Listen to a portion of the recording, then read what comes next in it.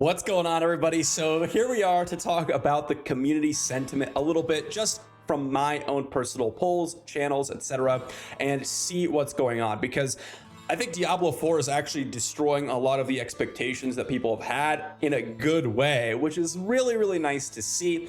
So I have a few polls here that I've been running over the past couple of months. If you guys are not subbed, you probably aren't seeing these, so be sure to sub. So if you want to contribute to the polls, add your opinion, you will be able to see it. And the first one I have here is what your favorite class was in the beta. Now, I've said this in a few videos. Rogue was my personal favorite. I really enjoy leaping around, but you can see here actually that Druid and Barb are noticeably lower. And then you have Necromancer at the peak, then Sorcerer, then Rogue. And there's actually quite a bit of difference between all of these. The only ones that are actually relatively similar are Druid and Barbarian.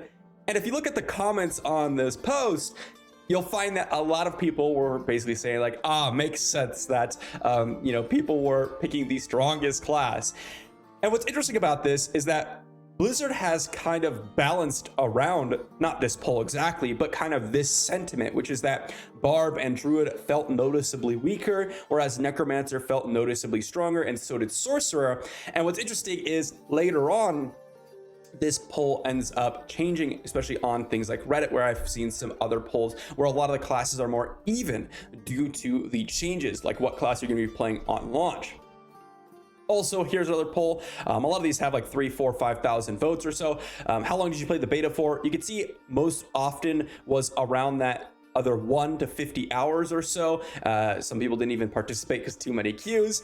There's only 10% of us that played for more than 50 hours, which is a lot of time. Keep in mind that there was 2 beta weekends, which was total, I believe, around 144 hours, which means if you're playing for 51 or more hours, you basically spent a third of the days, or essentially 2 full days, playing back to back, which is absolutely crazy. Not necessarily back to back, but playing 2 full days of in-game time.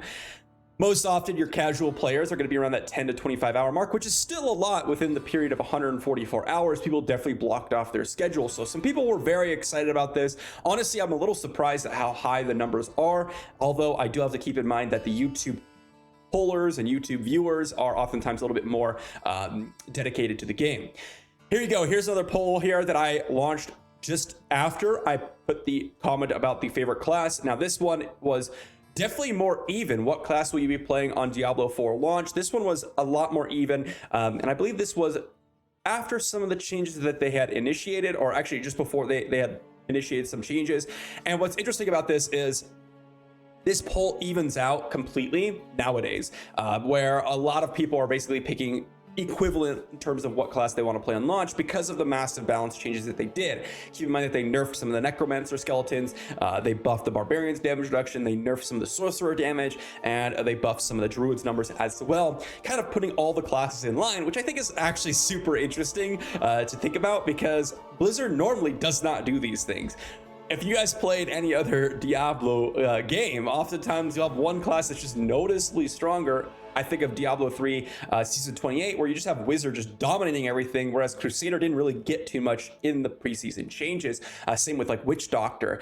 You have these classes that are just completely unbalanced. And so to see some class balance coming in is really, really hopeful, and honestly completely blew our expectations out of the water, because I was not expecting them to do any sort of class balancing before the launch of the game. I also asked this question: what's your favorite part about Diablo 4? By the way, if any of you have additional comments to any of these polls, or you want to insert your opinion, go ahead and load up the polls, or potentially just leave a comment down below. I'm very curious to hear what you have to say. But a lot of people basically just said they like playing Diablo. And what I mean by Diablo is they just like killing stuff, which is kind of funny, because a lot of the kind of nuance of the game, like the dungeons, the quests, the open world, doesn't really matter to people. As long as the core gameplay function is good, they will play the game. And I think at the end of the day, Diablo 4 has been moving in the direction of having you kill monsters with very little downtime. With the dungeon changes, again, this poll kind of reflects, not necessarily that they balanced or changed the game based on this poll,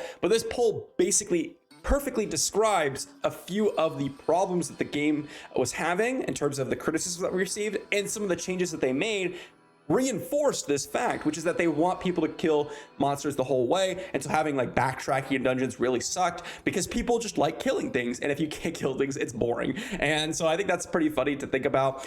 And then a few polls I've dropped the past couple of days. Has Blizzard done a good job with the development of Diablo 4 so far? And this is overwhelmingly 90% yes, and I personally am in the yes category. It's crazy to see what Diablo 4 has done so far. If you run this poll on basically any other game, I would never have seen more than like maybe a 50% yes rate. Maybe unless you go to like back to old school games like old school RuneScape, they might have been a very, very favorable community. But any recent game that I've seen and that I've played, especially, you know, a lot of the games that have rolled out pretty poorly, this is a huge shocker and is really impressive from Blizzard. I think the Diablo 4 team has done super well. They responded to feedback that I never expected to be responded to so quickly. In fact, I didn't even think any changes were going to be made from that beta until live game, besides some very basic ones, maybe like some basic class balancing, and maybe some when I say basic class balancing, I mean like, oh, so one class is really trash, we're going to buff up those numbers. But they did a complete overhaul. They changed the dungeon layouts. And like, it's crazy to see what they've done. And I think that's really hopeful for the future of the game. I'm super excited to get in and just for the potential, because if they're making this much change or they're very open to feedback this early on, you can only imagine when we've been, you know, 4 months in, 5 months in, or we've experienced the first season and seeing what they will do with future seasons. I'm very excited. Last poll I made just a day ago, will you be PvPing in Diablo 4? It's almost a 50-50 split. More people are saying no. And I think something that was really interesting when I was reading through these comments, a lot of people mentioned I will be doing hardcore PvP on the last day of each season, which is pretty funny. And this is a pretty good way to go about things. You should be able to get the achievements through just doing the hardcore up until the last day, and then so you're actually going to get your rewards no matter what.